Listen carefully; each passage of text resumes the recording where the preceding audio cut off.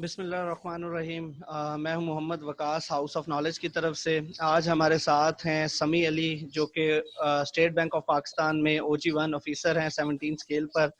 आज हम इनसे जो है वो पूछेंगे कि इन्होंने ये जो जॉब है या ये जो पोस्ट है इसके लिए तैयारी कैसे की और इसका इंटरव्यू कैसे दिया। उससे पहले मैं इनका इंट्रोडक्शन करवाता चलूँ कि ये हेले कॉलेज ऑफ कॉमर्स से M.Com ऑनर्स 3.5 इयर्स के स्टूडेंट हैं और इन्होंने अभी रिसेंटली कंप्लीट किया है, M.Phil कंप्लीट किया है हेले से, और थीसिस भी अपना कंप्लीट किया है।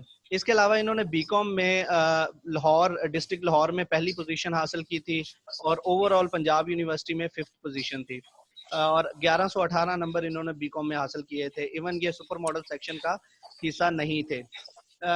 आज हम इनसे जो है वो पूछेंगे कि इन्होंने तैयारी कैसे की टेस्ट के लिए। इसके अलावा इन्होंने 2016 और 17 में इनकी अपॉइंटमेंट हुई OG1 ऑफिसर पर, जिस पोस्ट पर ये आज हैं, लेकिन इन्होंने ज्वाइनिंग नहीं दी। इसके अलावा एक दो और भी पोस्ट हैं जिन पर इनकी अपॉइंटमेंट हुई लेकिन इन्होंने ज्वाइनिंग नहीं दी। आज हम इनसे जो है वो जानने की कोशिश करेंगे कि इन्होंने तैयारी कब स्टार्ट की, कैसे स्टार्ट की और कहाँ से इसका आगाज किया। अस्सलाम वालेकुम समी भाई। वालेकुम सलाम जी वकास भाई।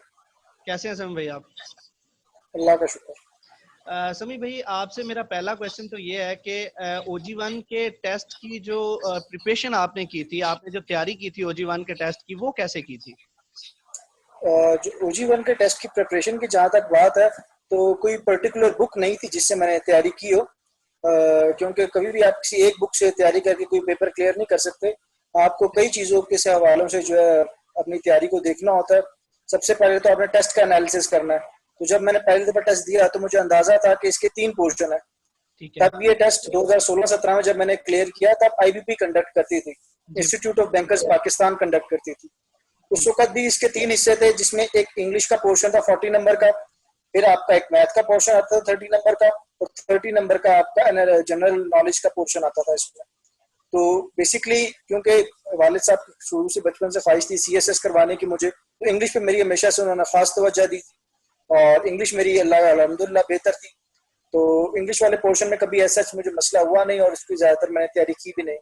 मुझे जहाँ तैयारी करने की जरूरत थी वो मेरा जनरल नॉलेज और साइंस का रीजन था, जिधर मुझे जनरल नॉलेज और करंट अफेयर्स के बारे में तालीम का जो है वो अपना स्कोप को बढ़ाना था।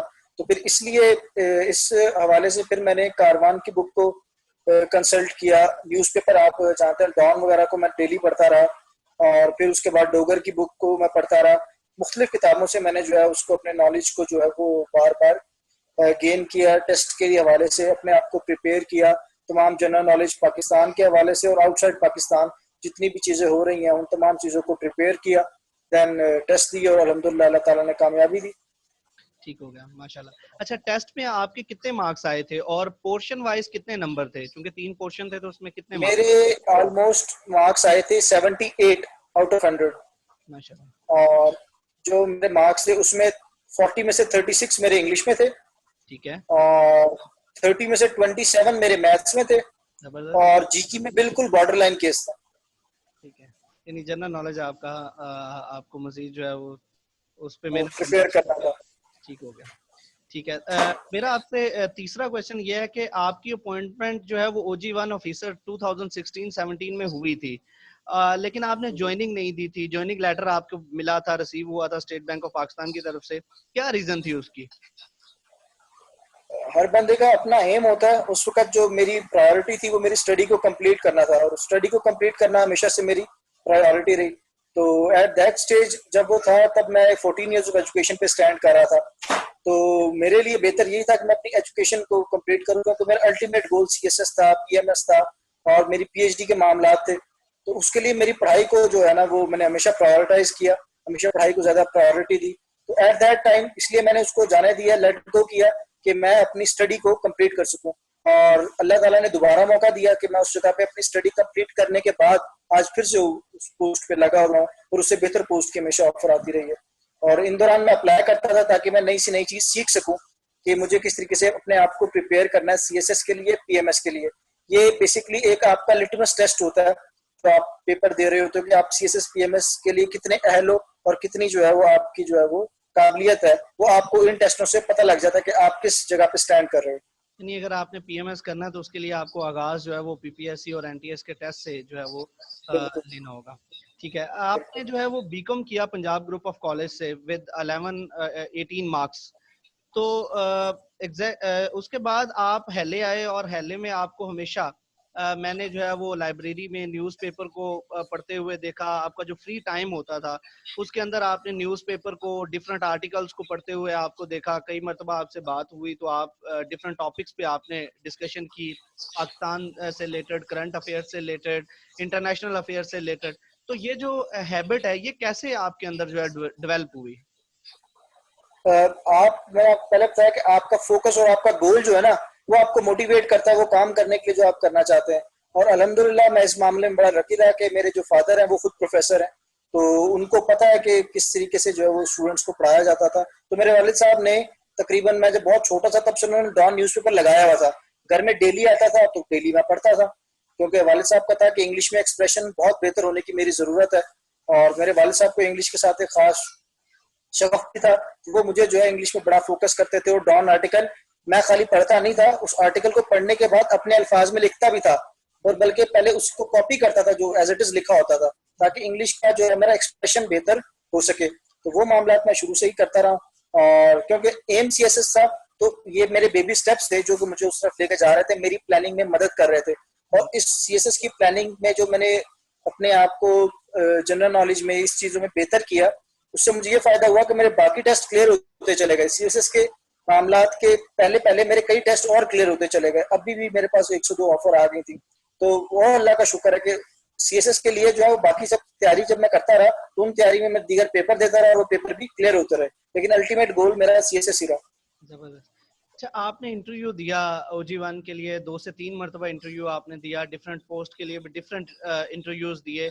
तो आप जो है वो जो OG1 का एक्सपीरियंस था 2016-17 में भी आपने इंटरव्यू दिया, अभी भी रिसेंटली जब आपने ज्वाइनिंग दी तो उससे पहले आपने इंटरव्यू दिया। तो अपना इंटरव्यू का एक्सपीरियंस हमारे साथ जो है वो शेयर करें ताकि जो सुनने वाले हैं वो उससे लर्न कर सकें। इंटरव्यू जो होता है वो बेसिकली डिपेंड आप पे डिपेंड करता है कि आप अपने इंटरव्यू को किस तरफ ड्राइव कर रहे हैं। जब मैं अपना OG1 का इंटरव्यू दिया, उसमें मैंने बताया कि जी मेरे फेवरेट सब्जेक्ट अकाउंटिंग है, तो मुझसे अकाउंटिंग से बाहर सवाल नहीं हुए। जाते साथ ही उनका पहला सवाल था, जी सैयद साहब आप अपना फेवरेट सब्जेक्ट बता दें। जब मैंने उनको बताया अकाउंटिंग, और जब मैंने बताया कि मेरा फोरेंसिक अकाउंटिंग में मेरा थीसिस है, तब उन्होंने अकाउंटिंग के अलावा मुझसे कोई सवाल नहीं किए। अकाउंटिंग के तमाम प्रिंसिपल्स, तमाम फाइनेंस की चीजें, फिर ऑडिटिंग की चीजें, तमाम चीजें उन्होंने मुझसे बारी बारी पूछी, जिसमें कंजर्वेटिज्म प्रिंसिपल्स के हवाले से पूछते रहे, फाइनेंस की IRR NPV के डिफरेंसेस के हवाले से वो मुझसे पूछते रहे, क्वालिफाइड रिपोर्ट अनक्वालिफाइड रिपोर्ट के हवाले से मुझसे पूछते रहे। और उसके बाद फिर जब हमारे पास इकोनॉमिक्स के सप्लाई एंड डिमांड के रूल्स के हवाले से पूछते रहे, मार्केट इलास्टिसिटी के हवाले से पूछते रहे। तो ये सब चीजें मैंने अल्हम्दुलिल्लाह, और फिर कुछ उन्होंने बैंकिंग से चीजें पूछी, क्योंकि मैंने फोरेंसिक अकाउंटिंग बताया था, तो उन्होंने CTR और STR जैसी टर्म्स का पूछा, जिसका उस वक्त मुझे अंदाजा नहीं था कि ये क्या होती हैं। तो मैंने उनसे माजरत कर ली कि मुझे इसका अंदाजा नहीं है ये क्या होती है। लेकिन जो सवाल मेरी अपनी रिलेटेड फील्ड के थे, मेरी अकाउंटिंग के थे और मेरी ऑडिटिंग के थे, उन सवालों में मैंने किसी में भी कोई ना डंडी मारी ना और मामला थे, मैंने उनके बिल्कुल सही जवाब दिए जो मुझे आते थे। और सही बात है, हर बंदे को हर जवाब हर चीज का नहीं पता होता, लेकिन जो आपका अपना सब्जेक्ट है उसके बारे में आपको उसकी बेसिक्स क्लियर होनी चाहिए। आप कोई फिगर भूल सकते हैं, लेकिन कॉन्सेप्ट आपके दिमाग में हमेशा होता है कि कॉन्सेप्ट क्या था। तो वो वाले से पूछा। और आप इंटरव्यू में एक जो बेसिक की है वो ये है कि जब भी आप किसी इदारे में इंटरव्यू करने जाएं, तो उस इदारे के बारे में पढ़कर जरूर जाएं कि उस इदारे का काम क्या है, वो इदारा करता क्या है, उसके एम्प्लॉयज कितने हैं, उसका डिपार्टमेंट कितना है, उसके हर डिपार्टमेंट में काम क्या होता है, उसको वो किसकी सब्सिडरी है, उसके कौन कौन से ऑपरेशंस हैं, इन सब के बारे में एक ओवरव्यू आपके बारे में होना चाहिए। क्योंकि जब आपसे वो पूछते हैं जी आप ये जॉब क्यों करना चाहते हैं, या वो ये आपसे पूछ लेते हैं कि आप इस ऑर्गेनाइजेशन के बारे में क्या जानते हैं, तब आपको ब्लैंक नहीं होना चाहिए, क्योंकि बड़ा नेगेटिव इफेक्ट देता है। जब मैंने स्टेट बैंक की तैयारी की थी, तो मैं स्टेट बैंक की वेबसाइट को अच्छी तरह टटोल के गया था, रिजर्व्स को याद करके गया था, हर चीज को, ऑपरेशंस को, इस हवाले से तमाम मैं ओवरव्यू स्टेट बैंक का लेकर गया था। और इसने मुझे बड़ा बेनिफिट भी दिया। जब उन्होंने मुझसे पूछा आप ये इदारा क्यों ज्वाइन करना चाहते हैं और इस इदारे के काम क्या है, तो उस हवाले से मेरी एक स्ट्रॉन्ग इमेज मेरा उनके सामने है। ठीक हो गया। अच्छा, आपका जो इंटरव्यू हुआ था उसमें आपने अपने कॉन्फिडेंस लेवल को कैसे मेंटेन किया था? बहुत से बच्चों का ये क्वेश्चन होता है कि जब हम इंटरव्यू के लिए जाते हैं तो वहाँ पे हमें प्रॉब्लम होती है, तो उस वक्त क्या ऐसा करना चाहिए जिससे जो है वो प्रॉब्लम ना हो? बंदा जो है वो परेशान होता है या उसकी हार्ट बीट का इशू होता है या अपने आप पे कंट्रोल नहीं होता, तो क्या ऐसा करना चाहिए जिससे जो है वो उन चीजों पे कंट्रोल हो सके? देखिए, इंटरव्यू से पहले तो सबसे पहली बात हमें ये याद रखनी चाहिए कि राज़िक अल्लाह ताला की ज़ात है। बेशक। और मेरे वालिद साहब ने मुझे एक यही जुमला बोल के भेजा था कि देखो, राज़िक अल्लाह ताला की ज़ात है, जॉब मिलना ना मिलना ये अल्लाह ताला के हाथ में है। ना वो हमसे हमारा रिज़्क छीन सकते हैं, ना हमें उससे ज़्यादा दे सकते हैं। तो इस पे आपका बड़ा पुख्ता यकीन होना चाहिए, मुसम्मम यकीन होना चाहिए कि राज़िक अल्लाह ताला की ज़ात है। और जहाँ तक रही इंटरव्यू की बात, आप प्रॉपर तैयारी करके जाएँ, अपने आप को फ्रेश रखें, पानी पिएँ, अपनी नींद को पूरा करें और अपने जो नॉलेज है, अपना जो बेसिक कॉन्सेप्ट है, उनके हवाले से करें। फॉर एग्जाम्पल, अगर मैंने अकाउंटिंग का हूँ, तो मेरे दिमाग में क्या होगा कि मुझे अकाउंटिंग के तमाम प्रिंसिपल्स के बारे में नो हाउ हो। ये ना हो कि मुझसे पूछे अक्रूवल बेस क्या है तो मैं उधर खामोश हो जाऊं। तो जो अगर आपको कॉन्फिडेंस अपने आप को गेन करना है, तो सबसे बड़ी बात ये रखें कि राज़िक अल्लाह ताला की ज़ात है, रिज़्क उसने देना है। और जब हम उस पर डिपेंड हो जाते हैं तो ऑटोमेटिकली आपके अंदर कॉन्फिडेंस आ जाता है। आप प्लेंटी ऑफ वाटर पिए इंटरव्यू से पहले। आप जो है आराम से अपना एसी वेसी में आराम से बैठे, अपने दिमाग को रिलैक्स करें, अपनी चीजों को ओवर बर्डन अपने ऊपर ना करें। तैयारी जरूर करके जाएं, अपने ऊपर अपने सब्जेक्ट्स के हवाले से तैयारी करके जाएं, क्योंकि जो भी आप अपना सब्जेक्ट बोलेंगे कि मेरा ये फेवरेट सब्जेक्ट है, उसके रिलेटेड ही वो सवाल करते हैं, उसके आगे पीछे सवाल नहीं होते। तो बेसिकली यही एक मेन आइडिया है कि आप अपने एंड पे तैयारी पूरी करके जाएं और तवक्कल अल्लाह पे कर दें। बस ये चीजें आपको कॉन्फिडेंस देंगी। जी। आप पंजाब कॉलेज में सुपर मॉडल सेक्शन में नहीं थे, काम सेक्शन में थे, वहां से आपने जो है वो पोजीशन हासिल की। इवन जो सुपर मॉडल सेक्शन था उसमें किसी बच्चे की पोजीशन नहीं आई, आपने पोजीशन हासिल की। उसके अलावा हेले के अंदर आपने, जब आपकी जॉब हुई तो आपने ज्वाइनिंग दी और उसके साथ साथ आपने अपना थीसिस जॉब पे रहते हुए मुकम्मल किया।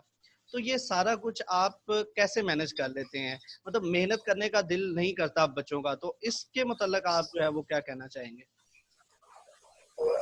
इंसान को जो है ना वो मोटिवेट करने के लिए उसके अच्छे दोस्तों का होना बहुत जरूरी है।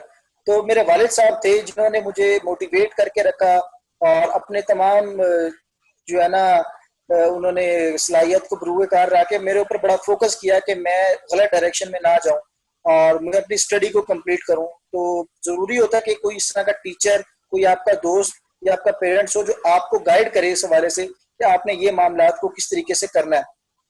तो मैं तो इस मामले में लकी रहा कि मेरे वालिद साहब जो थे उनका मुझे बड़ा सपोर्ट रहा हर मामले में। चाहे वो मेरी, अब पंजाब कॉलेज का फैसला भी उनका था और तमाम फैसले जब उन्होंने वो कहे, मैंने उनकी बात पे लब्बैक का और अल्लाह ताला ने मुझ पे करम करते चले गए। तो इन चीजों को अगर मैं सोचूं तो अब तो मुझे लगता है कि मैंने पता नहीं किस तरह मैनेज किया। लेकिन उस टाइम जब एफएससी के बाद मैंने बीकॉम ज्वाइन किया, तो बस मेरा यही था कि मेरे वालिद साहब ने एक जुमला बोला था कि देखो, जिंदगी टॉपर्स की है, तो जो टॉप करता है, जो नंबर वन पे आता है, उसको ही जो है वो आगे मार्केट में जॉब मिलती है, चाहे वो जिस मर्जी फील्ड का हो, चाहे उसने बीए ही किया हो। अगर वो पोजीशन होल्डर है, अगर वो टॉप के नंबर्स में है, तभी उसको जो है वो जॉब मिलती है। तो मेहनत करो। तो अल्हम्दुलिल्लाह मेहनत की और नंबर है किसी और चीज के बारे में नहीं सोचा। BCom part one part two में मेहनत की और मुझे, क्योंकि टीचर्स वही पढ़ा रहे होते हैं, आपकी अपनी कैपेसिटी कितनी होती है और आपकी अपनी अर्ज कितनी है उस चीज को हासिल करने के लिए, वो ज्यादा मैटर करती है। तो बेसिकली वो अर्ज थी, मोटिवेशन थी और अल्लाह ताला का करम था, तो सारे मामला डील हो गए। और जहां तक रही बात ये थीसिस वाली, तो अल्हम्दुलिल्लाह इसमें मेरे प्रोफेसर सर जफर साहब का भी बड़ा कंट्रीब्यूशन है। और उन्होंने जो है वो बड़ा होल्ड करके रखा, चीजों को बताते रहे, गाइड करते रहे और अल्लाह ताला ने करम किया तो सारे मामला थीसिस के भी कंप्लीट हो गए और अल्हम्दुलिल्लाह डिग्री भी हो गई। ठीक है, अब एमफिल आपने कंप्लीट कर लिया, आगे पीएचडी का इरादा है और उसके साथ साथ पीएमएस और सीएसएस? जी जी बिल्कुल, अभी 2 साल, क्योंकि मैं आर्टिकल लिखना चाह रहा हूँ, तो आर्टिकल साथ साथ लिखूंगा जॉब पे रहते हुए ही और साथ सीएसएस पीएमएस की तैयारी करके रखूंगा। तो क्योंकि मैं पढ़ाई से आपको हमेशा इन टच रहना चाहिए, तो इन टच रहने से आपका जो है ना ब्रेन कैपेसिटी वो यूटिलाइज होती रहती है और उससे वो इंक्रीज हो जाती है। तो बेसिकली यही है कि मैं 2 साल में आर्टिकल लिखूं और अपनी तैयारियां करूं और सीएसएस पीएमएस के बारे में अप्लाई करूं। कहीं भी आपको अपनी लाइफ में फुल स्टॉप नहीं लगाना चाहिए, क्योंकि फुल स्टॉप जो है ना वो चीजों को फिर उन्हीं किसी जगह पे ले जाता है। तो बेहतर यही होता है कि आप जो है वो आगे से आगे बढ़ने की कोशिश रखें और जुस्तजू में रखें अपने आप। जबरदस्त। अच्छा, मेरा आपसे नेक्स्ट क्वेश्चन ये है कि अब हेले के या डिफरेंट जो पंजाब यूनिवर्सिटी के डिपार्टमेंट्स हैं, उनके जो स्टूडेंट्स हैं जो इस वीडियो को देखेंगे, उनके लिए क्या मैसेज है कि वो इनिशियल अगर टेस्ट स्टार्ट करना चाहें, इनिशियल प्रिपरेशन स्टार्ट करना चाहें पीपीएससी, एफपीएससी या एनटीएस की, तो वो कहाँ से उसका आगाज करें और किस तरीके से जीरो से जो है वो 100 की तरफ जाएं? तो उसके लिए आसान तरीका क्या होगा कि वो कौन सी बुक्स को पढ़ें, किस तरीके से वो मुताला करें कि कम से कम वो अपनी बेसिक जो नॉलेज है उसकी तरफ, जो पाकिस्तान से या इंटरनेशनल अफेयर से रिलेटेड है, उसकी तरफ वो जो है वो लर्न कर सके? बेसिकली सबसे पहली चीज होती है आइडेंटिफिकेशन। वो आइडेंटिफाई करे कि उसमें वीकनेस किस चीज की है। जिस तरह मैंने अपने अंदर आइडेंटिफाई किया कि मुझे जनरल नॉलेज करंट अफेयर्स के बारे में ज्यादा नहीं पता, तो मुझे उस तरफ अपना काम करना है, और मेरी इंग्लिश की बेसिक्स और मैथ्स की बेसिक्स ठीक है, तो मैं उन चीजों में बेहतर हूँ। तो आपने पहले अपना एनालाइज करना है कि आप किस जगह पे हो। आपने अपनी इंग्लिश को वेटेज दो, कितनी वेटेज आपकी इंग्लिश में आ रही है, कितनी वेटेज आपकी मैथ्स में आ रही है, कितनी आपकी एनालिटिकल स्किल्स में आ रही है, कितनी आपकी जनरल नॉलेज वगैरह में आ रही है। एक दफा जब अपना ये चार्ट बना के अपने आप को आइडेंटिफाई कर लोगे कि आप में कमी कहाँ पे है, और उस कमी के ऊपर फिर आपने वर्क करना है अकॉर्डिंगली। अगर आपकी इंग्लिश कमजोर है, क्योंकि मोस्टली लोग इंग्लिश में रह जाते हैं, उनकी इंग्लिश क्लियर नहीं हो पाती टेस्ट में, तो फिर आपने देखना है कि मेरी इंग्लिश कमजोर है। इंग्लिश में बेसिक चीजें क्या है, अब आपने उनकी तरफ आना है। अब आपने सबसे पहले अपने टेंसेस को करेक्ट करना है। फॉर एग्जाम्पल के तौर पर बता रहा हूं, आपने सबसे पहले अपने टेंसेस को करेक्ट करना है। फिर टेंसेस को करेक्ट करने के बाद आपने अपनी ग्रामर को करेक्ट करना है। फिर आपने प्रेपोजिशन, एडवर्ब, नाउन, प्रोनाउन, तमाम चीजों को, डेफिनेशंस को पढ़ना है, समझना है, उनको प्रैक्टिकल करना है और प्रैक्टिस करनी है, क्योंकि प्रैक्टिस से आप चीजें इन रहती हैं। अगर हम लोग प्रैक्टिस ना करें तो चीजें भूल जाती हैं। Direct, indirect, active voice, passive voice, तमाम चीजों को आपने गो थ्रू करना है। जब आप इन चीजों को पढ़ना शुरू करेंगे तो आपकी ऑटोमेटिकली एक वोकैबुलरी डेवलप होना शुरू हो जाती है, एक इंटरेस्ट डेवलप होना शुरू हो जाता है और एक पैटर्न बन जाता है। कोशिश करें कि चार्ट्स वगैरह लगाएं और उनके हवाले से जो है वो अपने टेंसेस को कंप्लीट करें। अगर आपकी इंग्लिश में वीकनेस है, अगर आपकी मैथ में वीकनेस है, तो कोई भी आप मैथ की बुक पकड़ लें, एनालिसिस की, डोगर की, कारवान की, जो भी आपके पास बुक है वो पकड़ लें और उसके एनालिटिकल सवाल को सॉल्व करना शुरू करें। जब आप उन सवालों को सॉल्व करना शुरू करेंगे तो आपके दिमाग में एक पैटर्न बनना शुरू हो जाएगा कि ये सवाल किस किस तरीके से सॉल्व होते हैं और क्या क्या लॉजिक्स इनके पीछे इन्वॉल्व होती है। जब आपको वो लॉजिक समझ आना शुरू हो जाएंगी, जब आप प्रैक्टिस में आ जाएंगे, तो आपके लिए मैथ्स भी आहिस्ता आहिस्ता आसान हो जाएगा। General knowledge, science, current affairs, जितने भी सब्जेक्ट वो दीगर है, उन दीगर के लिए आप अखबार पढ़ें, आप टीवी देखें, आप अपने वेबसाइट पे ऑनलाइन स्टडी करें कि क्या क्या मुल्क में हो रहा है, क्या क्या नहीं हो रहा, और अपने कोशिश करें कि आप जो है सुबह उठते, जिस तरह मैं करता था कि एक चार्ट लगा लेता था अपने घर। अपने जैसे ही मैं सुबह उठता था मैं उस चार्ट को देखता था, उस चार्ट में हर एक मुल्क को देख रहा होता था कि ये मुल्क इस जगह पे, ये मुल्क। आप दिन में 3 मुल्क भी याद कर लें, उनकी कैपिटल याद करें, उनकी लैंग्वेज याद कर लें, उनकी करेंसी याद कर लें। इसी तरीके से आपको जब आहिस्ता आहिस्ता वर्ल्ड मैप आपके सामने होगा, डेली सुबह उठें, उनसे 3-4 को याद करें, फिर 3-4 को याद करें। आहिस्ता आहिस्ता आपकी वोकैबुलरी डेवलप होती है। ये स्लो, स्टडी और लॉन्ग प्रोसेस होता है, तो आपको इससे गो थ्रू करना होता है।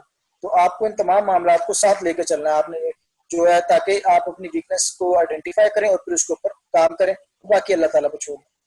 मेरे लास्ट 2 क्वेश्चन है आपसे। पहला ये कि आपका पंजाब कॉलेज की अगर मैं बात करूं या हैले कॉलेज ऑफ कॉमर्स की बात करूं, तो वहाँ पे आपका टीचर्स के साथ बहुत क्लोज रिलेशन रहा। टीचर्स ने आपको हर मामले में सपोर्ट भी किया। आपने अपने आप को बहुत महदूद रखा एक्टिविटीज़ के लिहाज से, सिर्फ स्टडी को फोकस किया और उसके साथ साथ पीएमएस, डीएसएस और एनटीएस, पीपीएससी को फोकस किया। अपनी जो एक्टिविटीज़ थी उनको बहुत ही महदूद रखा। तो इसकी क्या रीज़न है? अगर स्टूडेंट्स, आज के जो स्टूडेंट्स हैं जो अभी हाल में इनरोल्ड है, न्यू एमकॉम में उनका एडमिशन हुआ है, सेकंड सेमेस्टर है, फोर्थ सेमेस्टर है, ये सिक्स सेमेस्टर है, वो इन चीजों को कैसे जो है वो मैनेज कर सकते हैं? देखिए, रूल सिर्फ सिंपल सा था, गिव रिस्पेक्ट, टेक रिस्पेक्ट। और जहां तक टीचर है, जब तक आप टीचर से प्यार मोहब्बत नहीं करते, इल्म नहीं आपको आता, तो टीचर आपको कभी भी वो अच्छी फेवर नहीं देगा जब तक आप मेहनत नहीं करेंगे। जब आप मेहनत करेंगे, आप अपने असातिज़ा कराम की इज्जत करेंगे, और जब उसको लगेगा कि यार ये मुझसे सीखना चाह रहा है, इसने मुझे उस्ताद माना है, इसने मुझे रहनुमा माना है कि मुझसे सीख रहा है, तब फिर वो आपको वो चीजें सिखाएगा जो दूसरे बच्चों को नहीं सिखा पाता। मैं पार्ट टाइम अपने सर जफर, मैं इतना इनफ लकी था कि मुझे टीचर्स ने अपने रूम में बुला के आराम से मुझे कहते यार ये स्टडी करो, ये स्टडी करो, ये पाथवे है। जो मुझे समझ नहीं आता था मैं उनके पास बैठ के कहता था सर मुझे ये समझाएं, मुझे ये समझाएं। और वो अकॉर्डिंगली टाइम भी देते थे। जब उनको पता लग गया कि यार ये लड़का सीरियस है स्टडी में और आगे पढ़ना चाहता है, तो उन्होंने टाइम दिया। आपको सीरियसनेस खुद दिखानी पड़ेगी। जब आप सीरियस होंगे तभी आपको दूसरे पे इम्पैक्ट जाएगा कि यार ये सीरियस लड़का है, मुझे इसको पढ़ाना है। और टीचर का हिसाब वही है कि जब आप जितना जो टीचर को आप इज्जत देंगे, उसके पास उससे चीजें सीखने की कोशिश करेंगे, वो आपको उतना ही सिखाएगा। ठीक हो गया, थैंक यू तो सो मच। बेसिकली इनके लिए यही है कि जो वो सीखें टीचर से। जी, लास्ट मेरा आपसे क्वेश्चन है कि जो हैले कॉलेज ऑफ कॉमर्स के स्टूडेंट्स हैं उनके लिए कोई मैसेज हो आपका, और उसके अलावा यूट्यूब चैनल जो हमने बनाया है सिर्फ उन बच्चों को मोटिवेट करने के लिए जो कि कहते हैं कि पाकिस्तान के अंदर जॉब्स नहीं है, जॉब्स तो मौजूद हैं लेकिन कंपटीशन मौजूद है, तो कंपटीशन में हिस्सा लेना जो है, उस हिस्सा लेने के लिए बच्चों को मोटिवेट करने के लिए चैनल बनाया, तो चैनल और बच्चों के मतलब आप अगर कुछ कहना चाहें। देखिए, हैले कॉलेज एक बहुत अच्छा इदारा है और इसमें अगर आप रहकर सीखना चाहते हैं तो सीखने के बड़े मौके हैं। स्टेट बैंक में सबसे ज्यादा तादाद हैले कॉलेज के लड़कों की है, और इसकी एक बड़ी वजह यह है कि लोग समझते हैं कि हैले में मार्केट की वैल्यू नहीं है। देखें, जो स्कोप होता है वो इंसान के खुद के अंदर होता है, और इन स्कोप जो है पैदा किया जाता है। स्कोप का मामला किसी इदारे से नहीं होता, स्कोप का मामला इंसान की अपनी मेहनत से होता है।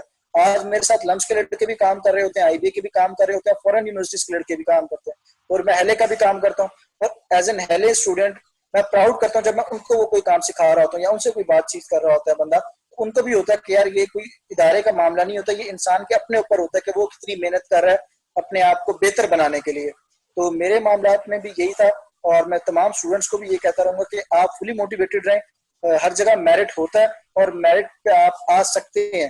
पाकिस्तान में बहुत जॉब है, अपने आप को अवेयर रखें जॉब्स के साथ कि कौन सी जॉब आ रही है, कौन सी जॉब नहीं आ रही है, और अप्लाई करें। होता क्या है कि बच्चे एक जॉब में अप्लाई करते हैं, वहां से रिजेक्शन हुई, रिजेक्शन के दर्द में वो इतना चले जाते हैं कि फिर वो सारी जिंदगी दोबारा अप्लाई नहीं करते। जी तो सही। उनके लिए है कि गिरते हैं शाह सवारी मैदान जंग में। तो जब आप एक दफा फेल होते हैं, डिपेंड करता है, आप गिव अप नहीं आपको करना, आपको दोबारा फाइट करनी है, दोबारा अप्लाई करना है, और अप्लाई पे अप्लाई करते चले जाना है। क्योंकि आपके बस में सिर्फ अप्लाई करना ही है। अप्लाई करें, मेहनत करें, अप्लाई करें, मेहनत करें, टेस्ट दें। क्लियर होना ना होना ये अलग दूसरी बात है कि आप अपनी मेहनत करें और आप अपने टेस्ट दें। और अगर आपने नेक नियति के साथ मेहनत की होगी, टेस्ट किया होगा, तो अल्लाह ताला जरूर उसको वो क्लियर कर देता है। और अगर वो क्लियर नहीं भी होता तो आप ये समझें कि अल्लाह ताला ने इससे बेहतर आपके लिए राहें रखी हुई हैं, आप उससे आगे मूव कर जाएंगे। हमारे पास कई ऐसे केसेस हैं जो OG1 सेलेक्ट नहीं हुए, OG2 सेलेक्ट नहीं हुए, उन्होंने CSS कर लिया क्योंकि वो डिसहार्ट नहीं हुए, उन्होंने गिव अप नहीं किया, उन्होंने मेहनत की। तो अल्लाह ताला ने हर किसी का निजाम एक बनाया हुआ है। तो मेहनत करना बड़ा इंपॉर्टेंट है, अपने आप को बिल्कुल मोटिवेटेड रखें। हैले कॉलेज ऑफ कॉमर्स में आपका दाखिला होना मतलब ये टॉप इंस्टीट्यूशन में से आता है। तो आप ये मत समझे कि हैले कॉलेज कोई इस तरह का कॉलेज है। हैले कॉलेज की बड़ी डिमांड है, बड़ी मार्केट है, और लोग वैल्यू करते हैं हैले कॉलेज ऑफ कॉमर्स को। बड़ा एक प्रेस्टिजियस इंस्टीट्यूशन है। आप अपने इंस्टीट्यूशन की इज्जत करें और फुली मोटिवेट रह के अप्लाई करें। कोई भी जो है, हर काम मेरिट पे हो रहा है। हम ज्यादा तो है ना, हम मसला ये है कि हम लोगों की बातों में आए थे, लोगों की बातों में मत आए, मेहनत करें अपने आप को। बाकी आपने ये चैलेंज बोला, माशाल्लाह ये अहसन कदम है उन लड़कों के लिए जिन जो बेचारे हार जाते हैं और जिनको समझ नहीं आती कि वो लाइफ में करना क्या है। अपने गोल्स को क्लियर करें और उसको अचीव करने के लिए बिल्कुल फुल मेहनत लगाएं, ताकि आपके पास बाद में ये मत हो कि यार मैंने मेहनत नहीं की। आप अपना एम बनाएं, गोल बनाएं, और फुल मेहनत करें, फुल डेडिकेशन के साथ काम करें। तो ये वाले मामला जो है फिर आपको आगे लेके जाएं।